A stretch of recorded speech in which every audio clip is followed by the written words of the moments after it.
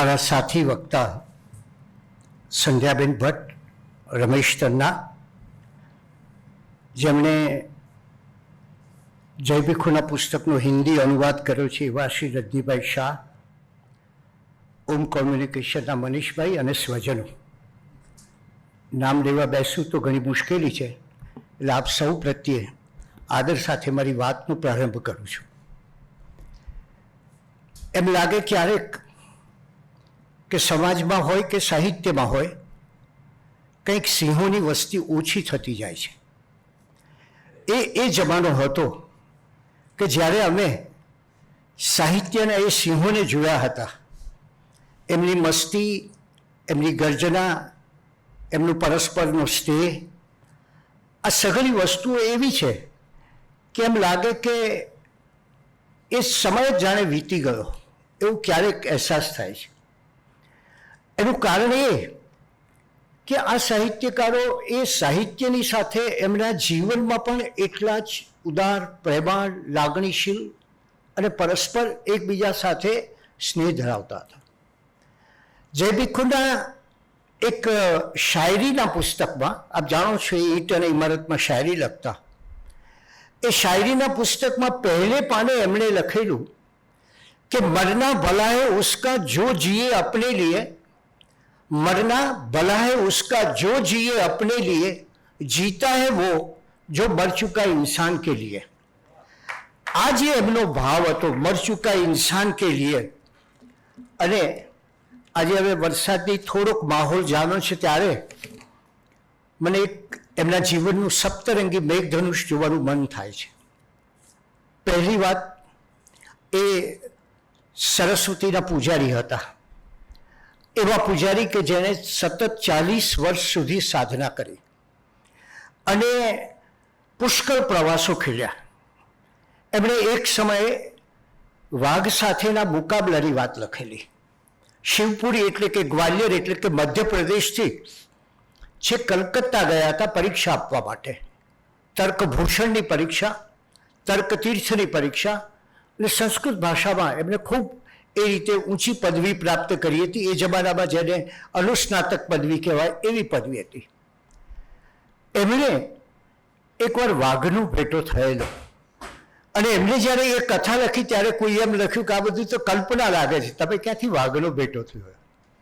જે માણસ ગ્વાલિયરના જંગલોમાં ઉછર્યો હોય અને ભણ્યો હોય, ગ્વાલિયરના ગુરુકુળમાં કામ કર્યું હોય, એને બહુ સ્વાભાવિક હતું આ ઘટના.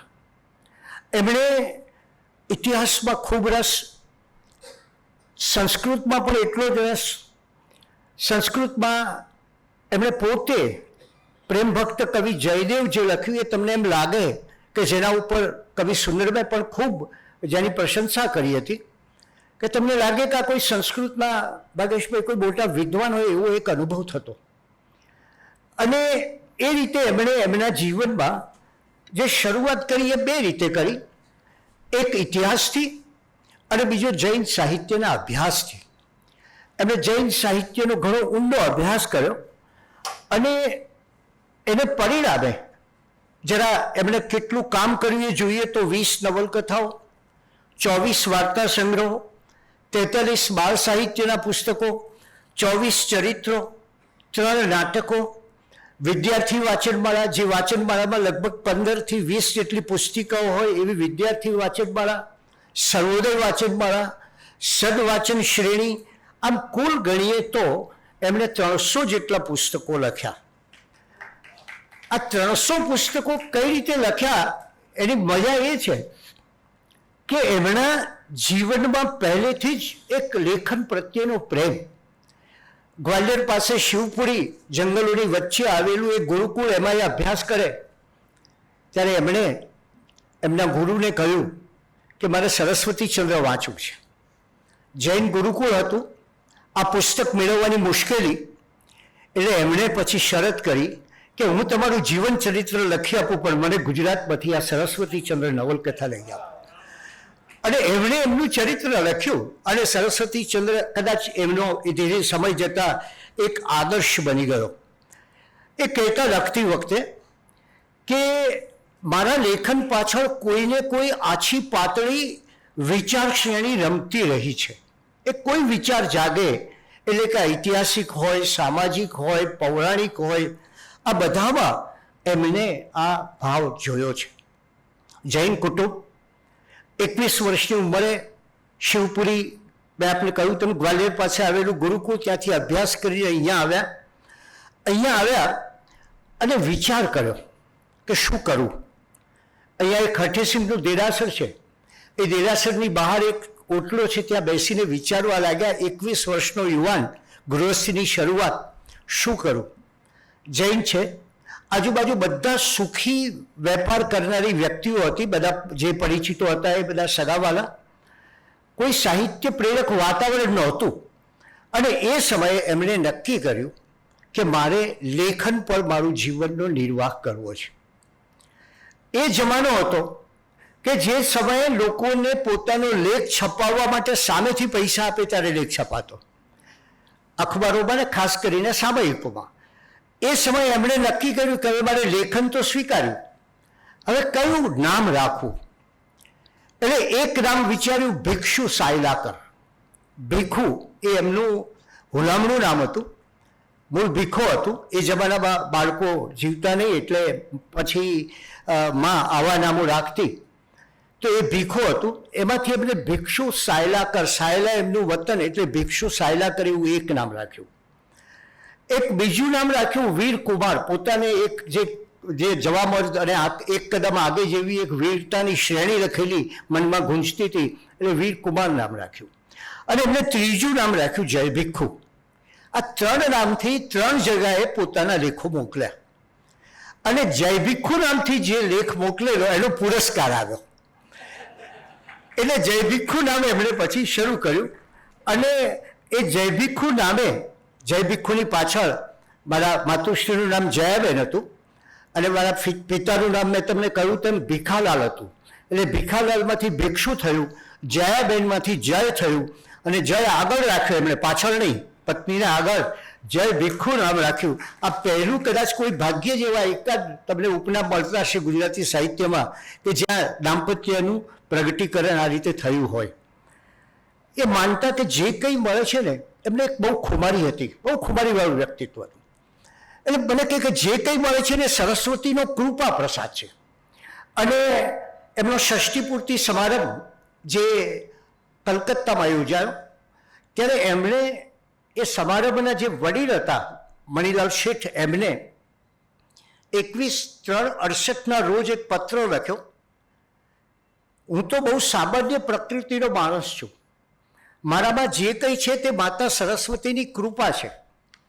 પિતા રાજ્યના કારભારી હતા, પણ મારું મન લક્ષ્મી તરફ નહીં સરસ્વતી તરફ ખેંચાતું હતું. મારા દાદા હતા એ વરસોડા લોધરા બાજુમાં એ કારભારી હતા. અને એ વખતે જે દેવાળિયાનો ધંધો લેખાતો, હવે તો જો કે બદલાઈ ગયો છે, એ વખતે જે દેવાળિયાનો ધંધો લેખાતો એ કલમનો ધંધો લીધો. શા માટે? કહે છે જ્યાં સારપ દેખાય, જ્યાં સત્ય દેખાય, જ્યાં શુચિતા અને સેવાભાવ જોવા મળે ત્યાં સરસ્વતીની વાત કરવી અને સરસ્વતી દ્વારા એ વાત પ્રગટ કરવી એવું વ્રત લીધું. એ સમયે જે પરિસ્થિતિ હતી એમાં લેખકને કમાણી કરવી હોય તો એને 2 કામ કરવા પડે. ક્યાં કોઈ શ્રીમંતનું જીવન ચરિત્ર લખે તો એ પૈસા મળે એને, અને ક્યાં તો કોઈ સાધુ મહાત્માનું ચરિત્ર લખે અને પૈસા મળે. જય ભિક્ષુએ વિચાર કર્યો કે આ બંનેમાં અતિશયોક્તિ આવે છે.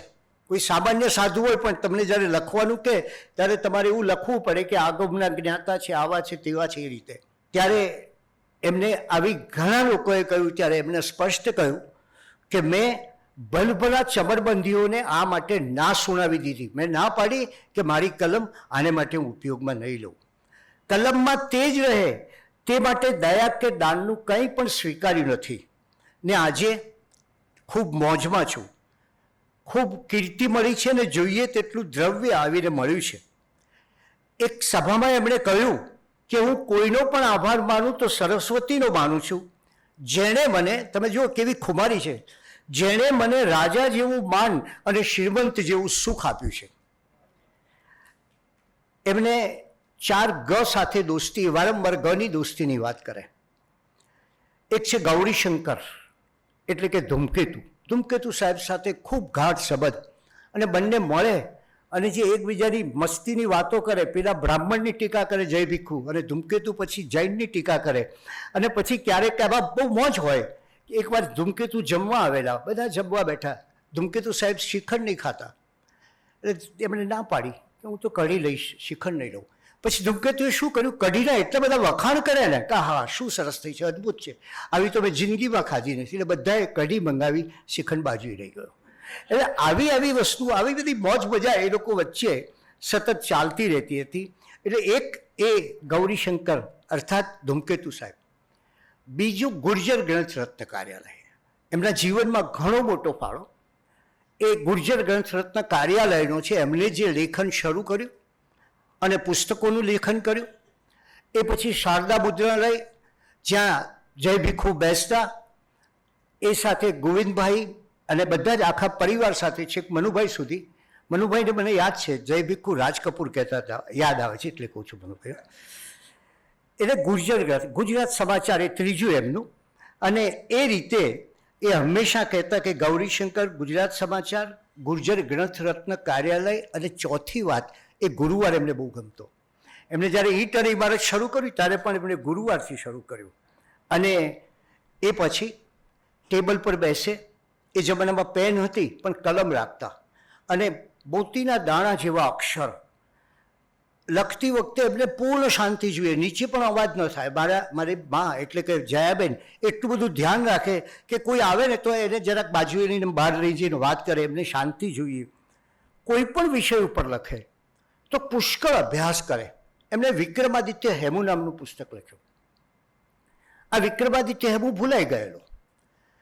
400 વર્ષના મોગલ યુગના આખા ઇતિહાસમાં કોઈ હિન્દુ રાજાએ 6 મહિના રાજ્ય કર્યું હોય તો એ જોનપુરનો આ વિક્રમાદિત્ય હેમુ હતો. એમણે નાનપણમાં હેમુનું પાત્ર ભજવેલું, અને જ્યારે પોતાના ગુરુકુળમાં એ પાત્ર ભજવેલું ત્યારથી એની એક પ્રતિભા, જેને વિન્સેન્ટ સ્મિથે હેમુને યુદ્ધનો, એટલે કે હેમુને માટે એમ લખ્યું છે કે યુદ્ધનો દેવતા હતો. એ હેમુ વિશે જંગે બહેલાનનો જાદુગર કહેતા દુશ્મનો, અને એવા હેમુ વિશે એમને પોતે નવલકથા લખી. બીજી એમની ખુમારી, પહેલેથી સ્વતંત્ર સ્વભાવ. શિવપુરીમાં રહ્યા છતાં પોતાનું જીવન પોતે નિર્ધારિત કર્યું. શિવપુરીના ગુરુકુળમાં જે લોકો તૈયાર થતા એમને જૈન દર્શનનો, જૈન ફિલોસોફીનો અભ્યાસ કરવામાં આવતો, અને એ લોકોને વિદેશ મોકલવામાં આવતા. ત્યારે એમને સંસ્થાની તો ઈચ્છા હતી કે વિદેશમાં પંડિત તરીકે જાય, પણ એમને ના પાડી. અને ભલભલા ચમરબંધીઓ એ વખતે હોય એને સાચું કહેતા ગભરાતા નહીં. એમની આંખે મોતિયો આવેલો, કાળો મોતિયો હતો, બહુ મુશ્કેલ. એમને કસ્તુરભાઈ લાલભાઈએ એક પુસ્તક લખવા આપ્યું. થોડા વખતે કસ્તુરભાઈ લાલભાઈએ એમની સ્ટાઇલથી કહ્યું કે જય ભીખુ, તમને આ પુસ્તક મેં કહ્યું છે શત્રુંજય ઉપર લખવાનું, હજી કેમ લખ્યું નથી? તમારે લખી નાખવું જોઈએ ને. જય ભીખુએ કસ્તુરભાઈને કહ્યું, સાહેબ તમને ખ્યાલ છે કે આ બંને આંખે મોતિયો આવ્યો છે, હું બહુ લખી શકતો નથી, અને તમારામાંથી કોઈ એક માણસે પણ મારી ચિંતા કરી નથી. એવું કસ્તુરભાઈને કહ્યું. એટલે બીજે દિવસે કસ્તુરભાઈએ કહ્યું, હું તમારે ઘેર આવીશ. એ ઘેર આવ્યા અને 2 કલાક બેઠા, બધી વાતો સાંભળી. એટલે આવી એક એમને કોઈ પોતાની જે તાકાત હતી આ હતી, મસ્તી હતી. એમણે જીવનમાં 3 નિર્ણયો કર્યા. પહેલો નિર્ણય, નોકરી કરવી નહીં. બીજો નિર્ણય, પૈતૃક સંપત્તિ. મારા દાદા, મેં આપણે કોઈ એમ કારભારી હતા એટલે ઘણી સંપત્તિ હતી, પણ પૈતૃક સંપત્તિ લેવી નહીં અને પુત્રને આપવી નહીં. અને ત્રીજું, કલમને આશરે જિંદગી વિતાવવી. એટલે તમને યાદ આવે, આપણને નર્મદ યાદ આવે કે ગોવર્ધન રામ યાદ આવે. ગોવર્ધન રામે પણ વકીલાત પછી જે નડિયાદમાં હતું તે, અને મૃત્યુ સમયે પણ એ જ ખુમારી. એ જે એમની ખુમારી હતી કે મને કોઈ આમ, હું દુઃખી થઈ ગયો હોઉં ને કોઈ મને આમ મદદ કરતું હોય ને 2 હાથના ટીકા લઈને ચાલતો હોય, એવી જિંદગી મારે ના જોઈએ. એટલે એમના મિત્રોને એમ કહેતા કે તમને કદાચ કોઈ વખત આશ્ચર્ય થશે, હું આમ ચપટીમાં જવા માગું છું. એટલે ગોવિંદ પ્રસાદ વૈદ્ય, એ સમયના એક જાણીતા વૈદ્ય, એ વૈદ્યને કહેતા કે તમે આમ સમાચાર વાંચશો ને તમને ચમકારો થશે, મારો મિત્ર જતો રહ્યો. અને ખરેખર એમને મૃત્યુ વખતે હું હતો, મારા પત્ની હતા, મારા મા હતા, બધા હતા. કોફી મંગાવી. અમે કહ્યું કે અમે પકડી રાખી, એક જ જેટલો તાવ હશે, બહુ નહીં. ના, હું નહીં, હું જાતે રહીશ. એ કોફી રકાબીમાં લઈ પોતે જાતે પીધી અને સૂઈ ગયા. આ એક જે જીવન પોતાનું આમ પોતાના હાથમાં હોય એટલે એ જે જિંદગીમાં કોઈને નમ્યા નહીં ને એ નમ્યા જ નહીં, એવી એક ખુમારી એમની જોવા મળે. એટલે પન્નાલાલ પટેલ એટલે પ્રેમ લોકોને બહુ કરે, એમને પ્રેમનો ઉભરો કહેતા કે આ પ્રેમનો ઉભરો છે. અને એકવાર ગુજરાત અને મહારાષ્ટ્રના સાહિત્યકારો પ્રવાસે નીકળ્યા છે મહારાષ્ટ્રમાં જુદા જુદા સ્થળોએ. પણ એક માણસને ગુજરાતી સાક્ષરો તરફ જરા બહુ નફરત, મરાઠી લેખકને, એટલે આમ બહુ ધૂતકારે, આમ કરે. બન્યું એવું કે એને એટેક આવ્યો. ત્યારે જય ભીખુ પોતાની સાથે આખી દવાની પેટી રાખતા, એટલે તરત જ એને પેલું એટેક આવ્યો હોય એટલે પેલી સોર્બિટ્રેટ આપે એ રીતે તરત જ આપી અને પેલાને આમ જીવતદાન આપ્યું. એટલે જાણે એને એમ થઈ ગયું કે આ ગુજરાતી સાક્ષરો તો બહુ કેટલા પ્રેમાળ છે, એટલે આખું એનું વર્તન એ ફરી ગયું. એમની પાસે એક શક્તિ હતી કે એમ સાહિત્યને એક ચેતનનો ફુવારો માનતા, ખૂબ નાગરિકો નીડર બને એવો આશય રાખતા. ત્રીજી વાત એમની ખુશાલી, કે જીવનમાં આનંદ. મેં કહ્યું તેમ કાળો મોતિયો એનું ઓપરેશન કરવા માટે સીતાપુર ગયા, અને સીતાપુર ગયા ત્યારે પછી ત્યાંના લોકોને મળવા માંડ્યા, એના વિશે થોડા લેખો લખ્યા. અને ગુજરાતની જનતાને કાનપુર પાસે આવેલા સીતાપુરની આઈ હોસ્પિટલની જાણ થઈ, અને એમના લેખોને પરિણામે 2 લાખ રૂપિયાનું દાન એ આ સીતાપુરને મળ્યું, ગુજરાતના પેશન્ટને માટે, સીતાપુરની હોસ્પિટલને. હોસ્પિટલના ડૉક્ટર પાવા હતા, એને કહ્યું કે અમારે તો આનું નામ જય ભીખુ વોર્ડ રાખવું છે, કારણ કે તમારા લેખો, તમે આટલી મહેનત કરીને દાન મળ્યું. ત્યારે જય ભીખુએ કહ્યું કે એમ નહીં, તમે આનું નામ ગુજરાત સ્પેશિયલ વોર્ડ એવું રાખો. અને એ ગુજરાત સ્પેશિયલ વોર્ડ આજે પણ ત્યાં છે. જિંદગીમાં કોઈ રોગ, કદાચ કિડનીમાં પ્રોબ્લેમ, આંખો નબળી, ડાયાબિટીસ, પણ રોગને ક્યારેય એ રડ્યા નથી. એટલે કે એકવાર પુનિત મહારાજ આવ્યા ને, પુનિત મહારાજે કહ્યું શું લેશો મહારાજ? તો કે કંઈ હમણાં નથી લેવાયું, બહુ ડાયાબિટીસ છે. એટલે જય ભીખુએ કહ્યું જયાબેનને કે જરા એક સરસ મજાનો પેંડો લાવો, હું ને પુનિત મહારાજ મોજથી ખાઈએ. મારે ત્યાં ગોવિંદ પ્રસાદ વૈદ્ય આવતા, તો વૈદ્યરાજને ડાયાબિટીસ બહુ ધ્યાન રાખે, એટલે મધરને કહે કે જુઓ, મારે માટે ડબલ ખાંડવાળી ચા અને વૈદ્યરાજને માટે તદ્દન મોડી ચા મોકલજો, ભૂલ ન થાય, જોજો, અને બદલાઈ ન જાય. એટલે એમનો અંતિમ સંદેશ છે, તમે જો જિંદગી ભારે ગરીબીમાં વિતાવી પણ તમને ક્યાંય ગરીબીનો અણસાર ના આવે, એવી એક મસ્તી હતી એમની પાસે. અને એટલે એમણે પોતાની જિંદગીના પોતાના અંતિમ સંદેશમાં લખ્યું છે કે જિંદગી જાત્રા જેવી કંઈ. ધીરુભાઈ એમના પરમ મિત્ર, કદાચ કોઈ અજોડ મિત્રતાનું ઉદાહરણ હોય મારી દ્રષ્ટિએ હર્ષદ, તો આ ધીરુભાઈ અને જય ભીખુ વચ્ચેનું છે. એટલી બધી દોસ્તી બનેની કે ધીરુભાઈને કંઈ કામ હોય તો જય ભીખુ પાસે આવે, જય ભીખુને કોઈ કાર્યક્રમમાં જવાનું હોય તો ધીરુભાઈ સાથે હોય. અને તમે હિનાને પૂછશો તો કહેશે કે જય ભીખુના અવસાન પછી ઘણીવાર એણે ધીરુભાઈને રાત્રે રડતા જોયા છે જય ભીખુના સ્મૃતિમાં. આવી દોસ્તી હતી એમણે લખ્યું છે કે જય ભીખુએ જે કૃતિઓ લખી, એ કૃતિઓ જે એને વિશે એમને ઘણી સરસ મજાની વાતો લખી છે. મોરના પિચ્છધરનો વંશજ એમ કહી અને જય ભીખુને બિરદાવ્યા છે. ભાઈઓ વચ્ચેનો પણ પ્રેમ, ફકીરી એવી. મેં આપને કહ્યું તો 21 વર્ષની ઉંમરે અહીંયા આવ્યા, ગૃહસ્થી ચાલુ થઈ ગયેલી, કેવી રીતે શું કરવું, પણ મસ્તી એવી કે એક જ ભૂરા રંગનો કોટ હતો એમને.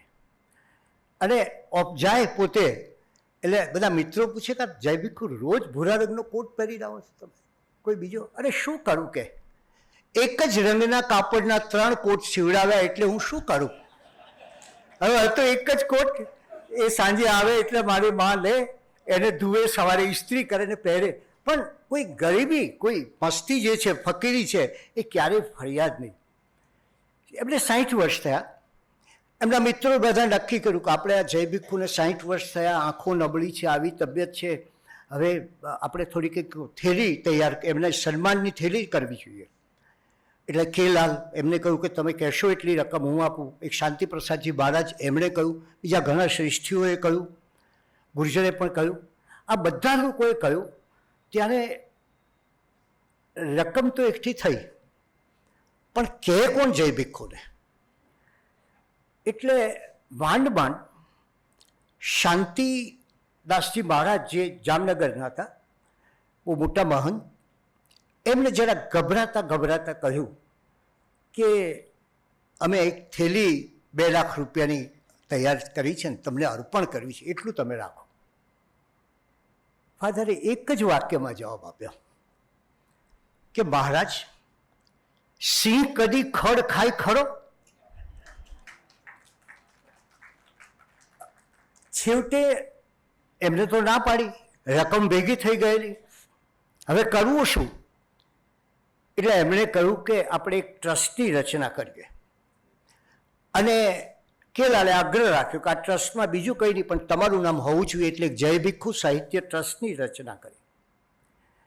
અને એ જય ભીખુ સાહિત્ય ટ્રસ્ટ મારફતે ગુર્જરના સહયોગથી જય ભીખુનું આખું એ સાહિત્ય 85 પુસ્તકો અમે પ્રગટ કરી શક્યા. એ સહયોગથી જય ભીખુ વિશેનું એક નાટક તૈયાર કરી શક્યા, જે હવે અમદાવાદ, મુંબઈ, ભાવનગર, સોનગઢ એમ અનેક જગ્યાએ ભજવી શક્યા. એમની સ્મૃતિમાં મેં આપને કહ્યું તેમ એક આખો ગ્રંથ એમના જીવન વિશેનો મેં લખ્યો. અને એક જે સરસ મજાનું નાનું પુસ્તક તૈયાર થયું, જે સંધ્યાબેને લખ્યું, રજનીભાઈ એનું ભાષાંતર કર્યું, અંગ્રેજીમાં સાહિત્ય અકાદમીએ એને માન્ય પેલું રાખ્યું, એને મોનોગ્રાફ તરીકે સ્વીકાર્યું. એટલે એ રીતે લગભગ જે કંઈ શક્ય બને એ જય ભીખુની સ્મૃતિ માટે થયું. પણ એ અવસાન પામ્યા ત્યારે એમની પાસે કેટલા પૈસા હતા, એમને બહુ પૈસાનો ખ્યાલ ન હોય, પણ એક પુસ્તકો હતા એની અંદર ક્યાંક 10ની નોટ નીકળે, ક્યાંક 20ની નોટ નીકળે, એમ કુલ 350 રૂપિયા એમના અવસાન વખતે મળ્યા. એટલે વિનોદ ભટ્ટ ઘણીવાર હસતા હસતા એમ કહેતા કે આ ગુજરાતી સાહિત્યકારની સ્થિતિ જોવી હોય તો કે આ ખબર પડે કે 300 પુસ્તક લખનાર પાસે 350 રૂપિયા છે. બહાદુરી, બહુ જબરજસ્ત બહાદુરી. હું માનું છું કે એમને જીવનમાં ભય જેવો શબ્દ નહીં જાણેલો, ક્યારેય ભય નહીં. અમે રહેવા ગયા બહુ દૂર ચંદ્રનગરમાં, આજુબાજુ લગભગ જંગલ, અને ત્યાં થાય શું કે સમાજના અસામાજિક તત્વો એ આવે તો એક એવો અડ્ડો ચાલતો હતો, અને ત્યાં એ રૂપજીવીની સ્ત્રીઓ આવતી. આજુબાજુ રહેનારા બહુ હેરાન થઈ ગયા. એ હેરાન થઈ ગયા એટલે જય ભીખુ પાસે આવે કે જય ભીખુ કંઈક કરો, તમે આનો રસ્તો કાઢો. જય ભીખુ કે ચાલો આપણે એક અરજી કરીએ. માધવસિંહ સોલંકીને પણ સારી રીતે ઓળખતા, થોડી મિત્રતા પણ કરી. માધવસિંહભાઈ એ વખતે મુખ્ય પ્રધાન હતા, એટલે એમને આપીએ. બધાએ કહ્યું કે અમને તકલીફ છે ખરી, પણ સહી કરવા અમે કોઈ તૈયાર નથી. જય ભીખુએ કહ્યું કે હું પહેલી સહી કરું પછી તમે કરજો. તો કે ના, એ નહીં, એવું નહીં, ક્યાંય અમારું નામ ના આવવું જોઈએ. એટલે જય ભીખુએ માધવસિંહભાઈને વાત કરી કે આવું છે. માધવસિંહભાઈ એક માણસને મોકલ્યો, એ મજબૂતસિંહજી જાડેજા હતા. એ મજબૂતસિંહજી જાડેજાને વાત કરી, એ આવ્યા. જય ભીખુ તો ખાલી પેલું એક બાંડિયું ધોતિયું પહેરીને બેઠેલા. અને એ વખતે પૂછ્યું જય ભીખુ ક્યાં છે, એટલે કે શું કામ છે? તો કે મેં હમણાં એમના સરદાર વલ્લભભાઈ પટેલ વિશેના લેખો વાંચ્યા છે ને, બહુ આનંદ આવ્યો છે, અને મારે આ કામથી મળવાનું છે. તો કે હું જ છું. તો કે સાહેબ કામ કહો. તો કે આ થવું જોઈએ. ત્યાં જે અડ્ડો ચાલતો, ત્યાં લોકોની તપાસ થઈ, પોલીસો આવ્યા, એ અડ્ડો જતો રહ્યો. થયું એવું કે એ અડ્ડો જેના હાથમાં હતો, એ જે મુખી, એનો મુખ્ય માણસ, એને ખબર પડી કે આ કોઈ જય ભીખુ નામના માણસે આ તોફાન કર્યું છે અને આ બધું બંધ કરાયું. એટલે એ પોતે એક દિવસ 3 ટ્રકમાં કોઈ હોકી, કોકના હાથમાં લાકડી, આ બધું લઈ અને અમારા ઘરની પાછળ એની એક કેપ્ટ બેન રહેતી હતી, એને ત્યાં આવ્યો. અને એને કહ્યું, પેલે પૂછ્યું કેમ આટલું બધું? અરે કે આજે તો એક માણસને પતાવી દેવાનો છે. પણ કે શું પતાવી દેવાનું છે? કોણ છે? અરે કે તો જય ભીખુ નામ છે કંઈક, કે એને આ બધું આપણું બધું આવું કરી નાખ્યું છે. અરે પેલી સ્ત્રીએ કહ્યું, તમે જાણો છો એ માણસ આ અહીંયા રહે છે ને એટલે અમે બધા શાંતિથી રહી શકીએ છીએ. એ તો દેવ જેવો માણસ છે, તમારાથી ક્યાં કુબુદ્ધિ સૂજી? પેલો માણસ ઘેર આવ્યો.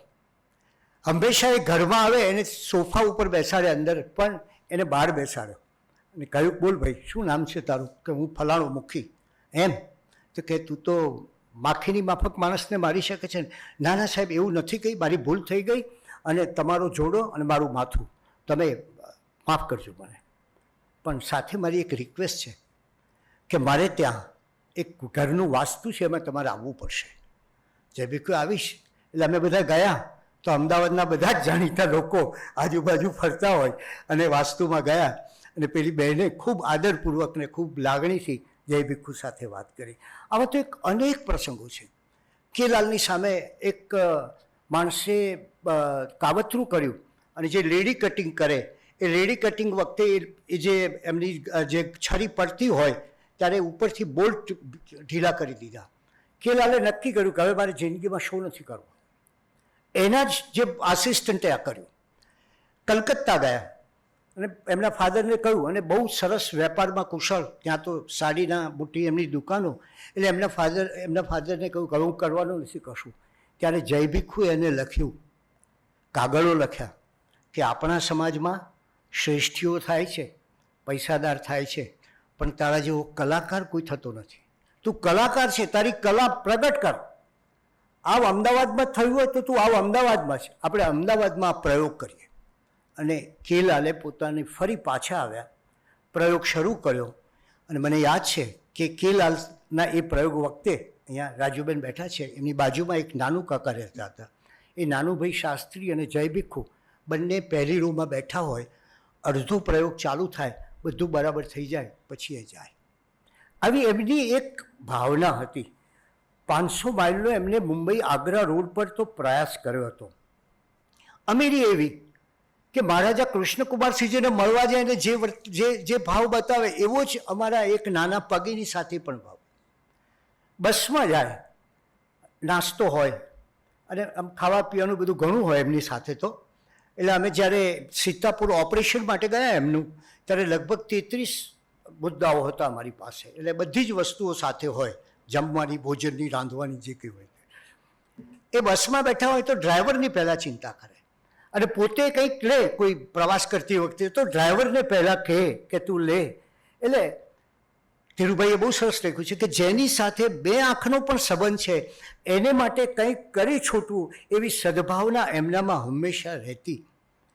દુખિયારાના આંસુ લૂછવાનું જાણે એમને વ્યસન પડી ગયું છે એમ લખે છે. અને આવી જે જીવનની અમીરી, મને ત્યાં એક બિલાડી હતી, એનું નામ મગન. અને એ મગન બિલાડી એ અમને સૌને ગમે. પણ એક દિવસ એવું થયું કે ઘરમાં ડાયરો જામેલો. અમારે ત્યાં ડાયરો હોય એટલે દુલા કાગ હોય, પંડિત સુખલાલજી હોય, ધૂમકેતુ સાહેબ હોય, ગુણવંતરા આચાર્ય હોય અને બધા જમવાની તૈયારી માટે. ત્યારે એ બિલાડી કંઈક ઉંદર પકડીને આમ પસાર થઈ. એટલે અમને બધાને બહુ અકળામણ થઈ ગઈ કે આને હવે કાઢી મૂકવું જોઈએ. એટલે અમારે ત્યાં એક નોકર હતો તુલસી, જે ખાસ એમનો માણસ.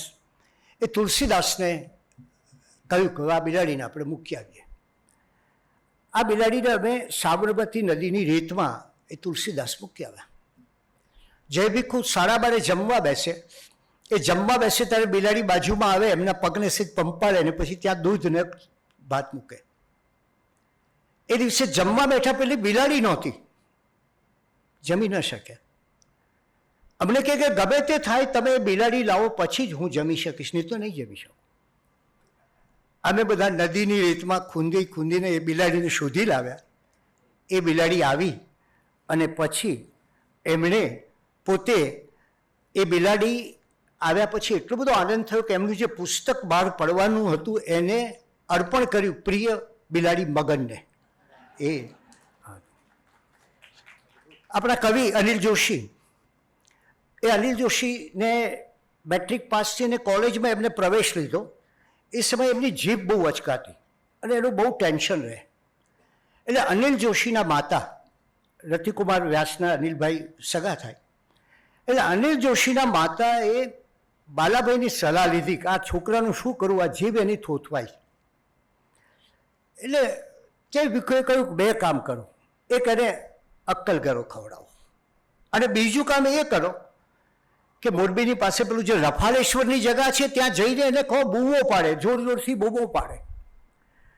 એટલે મોરબીની નજીક આ રફાળેશ્વર હતું. પાડા પુલ વટાવીને અનિલભાઈ ત્યાં ખુલ્લા મેદાનમાં જતા અને પછી અનિલ જોશી તો પછી ફિલ્મના શોખીન છે ને, એટલે યહૂદી ફિલ્મના ડાયલોગ જોર જોરથી બોલતા પેલું ખુલે માટે, ક્યાં તુમારા ખૂન હૈ ઓર હમારા ખૂન પાણી હૈ, આવા યહૂદી ફિલ્મના ડાયલોગ એ વારંવાર બોલે. બલરાજ સહાનીનો ડાયલોગ જોર જોરથી બોલે કે जिस दिए में तेल नहीं उसे जलने का क्या अधिकार है. આમ રફાળેશ્વરમાં જોર જોરથી બોલવા લાગ્યા. આ અક્કલગરો અને બૂમાબૂમનો સિલસિલો લગભગ એકાદ મહિના સુધી એને અજમાવ્યો. અને અનિલભાઈ કહે છે ધીરે ધીરે મારો અવાજ ખુલવા લાગ્યો, જીભ ખુલવા લાગી. મારી મા બહુ ખુશ થઈ અને બાએ કહ્યું કે આ બાલાભાઈએ, એટલે કે જય ભીખુએ, આ બાલાભાઈએ મારા અનિલને બોલતો કર્યો. કાક બાપુ એમ કહે કે મારા જીવનની અંતિમ અવસ્થાએ હું માંદો પડું ત્યારે મારી સેવા ચાકરી માટે બાલાભાઈને ઘેર જાઉં. ડાયરાના માણસ મેં કહ્યું તેમ. એ જ રીતે એમના ઉગતા લેખો પર ભારે પ્રેમ. એટલે તમે ઘણા સર્જકો, કદાચ ભૂપત વડોદરી એમ કહેતા કે મને ધાર્મિક વાર્તા લખવાનું કામ એ જય ભીખુ પાસે જ થયું. તમે ચિત્રકાર સી નરેનને યાદ કરો કે તમે રજની વ્યાસને યાદ કરો. રજની વ્યાસ નવા સવા આવેલા અને ત્યારે જય ભીખુએ એમને પહેલું કામ આપ્યું અને કર્યું. આમ નવી નવી કલમો, નવી નવી વ્યક્તિઓ, એને માટે ખૂબ એમને રસ પડે. એ જ રીતે દુર્ભાગ્ય એ છે સાહિત્યમાં, જો આવું દુર્ભાગ્ય હોય છે, ઘણીવાર લેખકને લેબલ લાગી જાય છે. એટલે જય ભીખુને દુર્ભાગ્યે જૈન લેખકનું લેબલ લાગી ગયું અને એને પરિણામે કોઈને ખ્યાલ એ ન આવ્યો કે એમણે શહેનશાહ અકબર શાહ જેવી નવલકથા લખી છે જેમાં મોગલ યુગની કથા છે. એમને બુરો દેવલ નામની નવલકથા લખી છે જેમાં રજપૂત યુગની કથા છે. એમને પ્રેમ ભક્ત કવિ જયદેવ લખ્યું છે જેમાં વૈષ્ણવ સંપ્રદાયની વાત છે. અને એમણે જે કંઈ જૈન કથાનકો લખ્યા એ પણ વ્યાપક માનવતાને પ્રગટ કરતા લખ્યા છે. એમની દિલાવરી, એમનો મિત્ર હતો ગુરુકુળમાં શાહઝરીન, મોટો પઠાણ, ચોકી કરે. એ શાહઝરીન એક દિવસ એ ખાન હતો. એ શાહઝરીન ખાન એ પોતે આલમ ફાઝલ કહેવાતો. એને આખું કુરાન મોઢે હતું. નમાઝ, જકાત અને રોજાનો પાબંદ હતો. એના ઘેરથી ખત આવ્યો એક અને ગુસ્સે થઈ ગયો.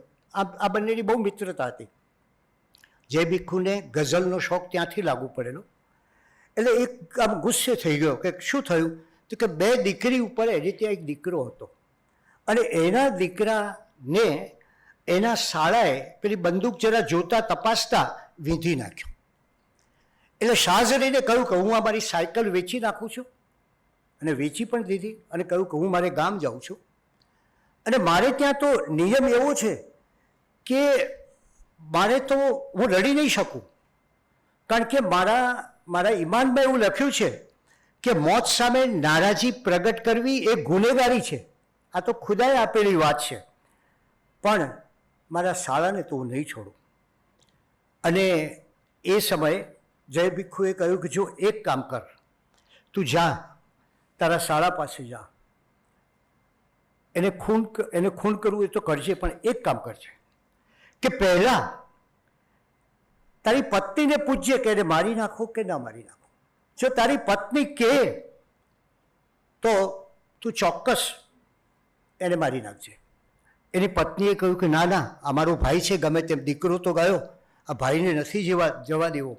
અને ત્યારે એને પોતે કહ્યું કે એના ભાઈને બોલાવ્યો, એને ત્યાં જમવા બેસાડ્યો. પેલી સાયકલ વેચીને ખિસ્સામાં જે પૈસા હતા એ સાયકલને એ પૈસા એ ભાઈને ભેટ આપ્યા. અને થોડે દિવસે એનો કાગળ આવ્યો કે જય ભીખુ, આપ પેશાવરમાં આવો અને તમને પેશાવરના સ્ટેશન ઉપર 25 જવાનો બંદૂકોના બારથી તમારું સ્વાગત કરશે અને મારા ગામમાં દબદબા ભેર તમારી ગાડી કાઢવી છે, એટલે તમે જરૂર આવો. એમનો અંતિમ સંદેશ એમના અવસાન પહેલાં બરાબર 1 મહિના અગાઉ એમને આ ડાયરીમાં પરફેક્ટ, જાણે પોતાનું મૃત્યુ થતું હોય ને લખે ને વ્યક્તિ, એ રીતે લખ્યું છે કે મારા મૃત્યુ વખતે રોકકળ ના કરવી, સ્મશાનમાં ભજન ગાવા, બધું જ. એમણે લખ્યું કે જીવ આ જાય ત્યારે કોઈએ શોક ન કરવો, કાં તો ગંભીરતા ગાયન થવી, કાં એકાદ ભજન કે ધૂન ચલાવવી. શું કરવું પછીના લોકોએ, નિરાધાર અશક્ત ગરીબને ભોજન આપવું, પારેવાને દાણા નાખવા, ગાયને ચાર નાખવી, બને એટલી તીર્થાટન કરવું, અને છેલ્લું વાક્ય એમનું હતું કે સૌએ અગરબત્તી જેવું જીવન જીવવું, જાતે બળી અને જીવવું. આ વાંચીને, જય ભીખુના અવસાનના સમાચાર વાંચીને એક ગમગુસાર દુઃખી થયેલો કેદી સાબરમતી જેલમાંથી जय भिक्खू ने त्या पत्र रखे छे, घर वालों को मेरा आदाब और सलाम। जनाब जय भिक्खू साहब की अचानक मौत की खबर पढ़कर दिल को निहायती अफसोस और मलाल એટલે दुख मलाल हुआ। मरहूम ने अपनी जिंदगी बकौल शायर के એટલે કે કવિના શબ્દોમાં કહીએ તો अजीजी सीखी, गरीबों की हिमायत सीखी, जैर दस्तों की मिसाइल को समझना सीखा, गरीबों दुख सीख्या, जाण्યું, એમનો પક્ષ લીધો અને એમને પીડિતોના પ્રશ્નોને સમજવાનું શીખ્યા. हम लोग मांगते बजुए इज़्म कलाम, हम तो इंसान का बेसख्तापन मांगते हैं. અમને કોઈ પણ વસ્તુની આ જગતમાં જરૂર નથી, માનવીની નિખાલસ પ્રેમાળ ભાષા માગીએ છીએ. મેં ઇન્સાનિયત કે ઇસ દેવતા કો, પેલો જેલનો કેદી લખે છે જેના જીવનમાં જય ભિક્ખુના લેખો વાંચ્યા પછી આ ઈંટ અને ઇમારત દ્વારા બહુ મોટું પરિવર્તન આવ્યું હતું. खिराजे अकीदत, अकीदत श्रद्धांजलि पेश करते हुए अल्लाह से दुआ करता हूँ कि उनको जन्नत में जगह अता फरमाए और तमाम घर वालों को सब्र करने की तौकीफ अता फरमाए. અને છેલ્લું એનું વાક્ય, એનું નામ હતું એચ બલજી, કેદી હતો, ગમગુસાર થયો હતો સાંભળીને. છેલ્લું એનું વાક્ય, અલ્લાહ મગફરત કરે, અઝલ આઝાદ મર્દ થા. ખુદ ઈશ્વર પર મારી આ લાગણી કબૂલ કરશે કે આ વિરલ પ્રકારનો આઝાદ મર્દ હતો. નમસ્કાર.